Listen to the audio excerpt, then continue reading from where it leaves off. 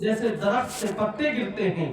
حضرت انس رضی اللہ تعالی عنہ سے روایت ہے کہ رسول اللہ صلی اللہ تعالی وسلم نے فرمایا کہ کل بروز قیامت اللہ تبارک تعالی ارشاد فرمائے گا کہ اے فرشتوں، جہنم سے اس شخص کو نکال لو جس نے کبھی مجھے ایک مرتبہ بھی یاد کیا ہو یا میرے خوف سے کہیں بھی مجھ سے ڈرا ہو۔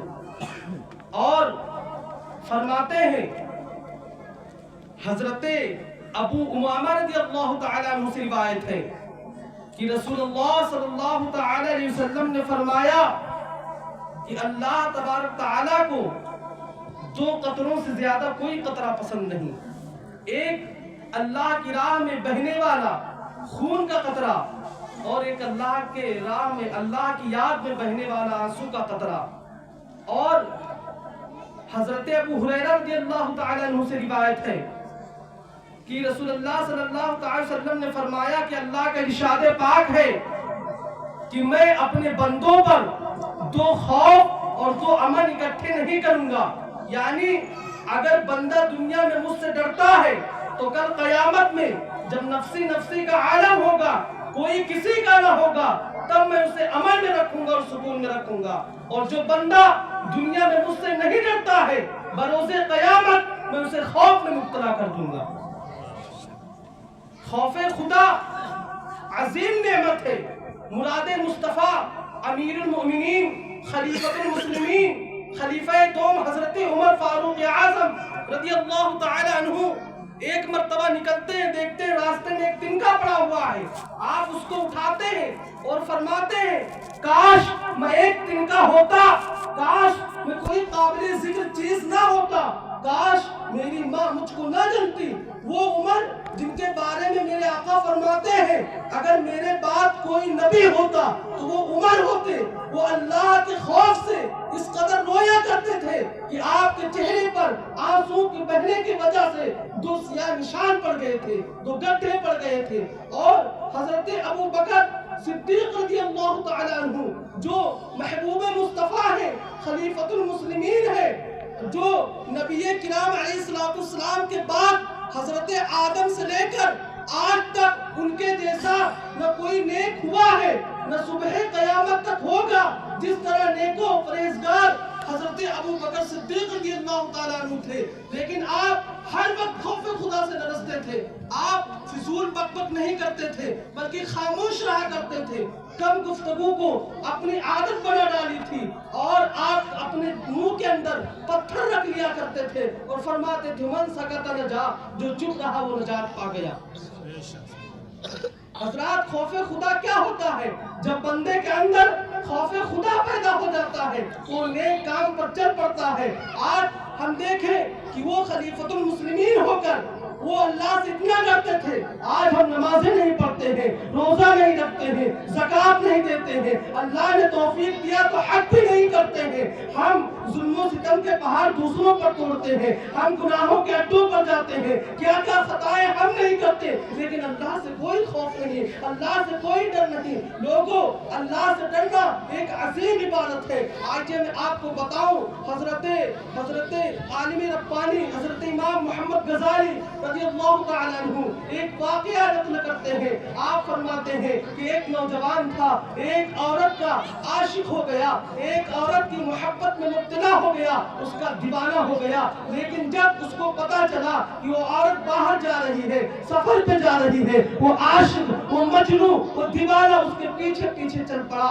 اللہ اکبر، قافلہ جا رہا ہے، صحراؤں سے بیابانوں سے گزرتے گزرتے قافلہ جو جنگل میں پہنچتا ہے، رات ہو جاتی ہے، سورج ڈوب جاتا ہے۔ اللہ اکبر، وہ نوجوان چھپا ہوا ہے، اللہ اللہ جب وہ دیکھتا ہے کہ سارے قافلے کے لوگ اتر جاتے ہیں اور سب سو جاتے ہیں، وہ اسی فراق میں تھا، وہ جاتا ہے، جا کر اس قافلے میں پہنچتا ہے، اس عورت کو ڈھونڈتا ہے، عورت کے پاس جاتا ہے، عورت کو جگاتا ہے۔ عورت جب اپنے سامنے اجنبی کو دیکھتی ہے تڑپ اٹھتی ہے، بولتی ہے تم کون ہو، کہاں سے آئے ہو، کس لیے آئے ہو، کیوں آئے ہو؟ اللہ اللہ اکبر. وہ عورت جب یہ بات کہتی ہے تو نوجوان کہتا ہے خاموش ہو جا, دیکھ میں تیری محبت میں آیا ہوں, تیرے عشق میں آیا ہوں, تیرے پیار میں آیا ہوں. دیکھ تو قافلے میں آئی ہے, تو سواری پر آئی ہے, تو سوار ہو کے آئی ہے, لیکن میں تیری محبت میں پیدل آیا ہوں. دیکھ میرے قدموں میں چھالے پڑ گئی ہیں تیرے عشق کی وجہ سے, تیری محبت کی وجہ سے. عورت کہتی ہے تو مجھ سے محبت کرتا ہے,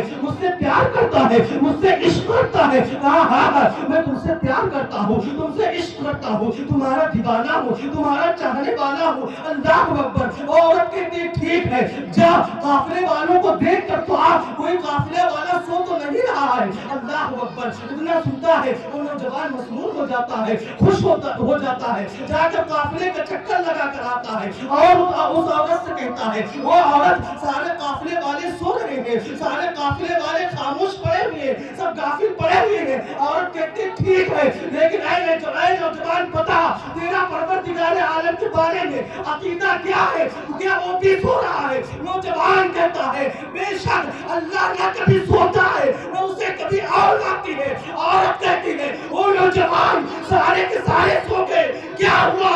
اللہ جاگ رہا ہے, ہمیں دیکھ رہا ہے, ہمیں لوگوں سے نہیں اللہ سے ڈرنا چاہیے. اللہ اکبر. اتنا سننا تھا. وہ نوجوان توبہ کر کے واپس پلٹ آتا ہے. جب اس نوجوان کا انتقال ہو جاتا ہے, کسی نے خواب میں دیکھا, پوچھا اور نوجوان پتا تیرے ساتھ کیا گزری؟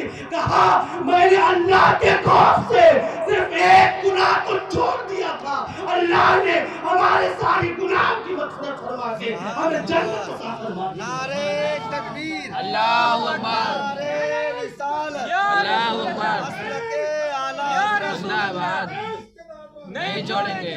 واہ واہ واہ. خوف خدا کیا ہوتا ہے آپ کو بتاؤں کہ بروز قیامت ایک شخص کو لایا جائے گا, اعمال تولے جائیں گے, گناہوں کا پلڑا بھاری ہو جائے گا. فرشتے کہیں گے اسے جہنم میں ڈال دو. جب جہنم کی طرف اس کو لے جائیں گے تو اس کے آنکھ کا ایک بال بارگاہ ربوبیت میں پکار اٹھے گا, مولا میں نے تیرے محبوب کا یہ فرمان سنا تھا کہ جو تیرے عشق میں روتا ہے اللہ اس پر جہنم کی آگ حرام کر دیتا ہے. مولا میں تیرے عشق میں دنیا میں رویا کرتا تھا, حکم ہوگا اسے جہنم میں نہیں بلکہ جنت میں ڈال دو. اللہ اکبر. جبریل پکاریں گے فلاں بن فلاں ایک بار کے بدلے نجات پا گیا. وقت بہت کم ہے, قلت وقت کی. آخری گفتگو میں آپ سے کرنا چاہتا ہوں کہ خوف خدا کیا ہوتا ہے.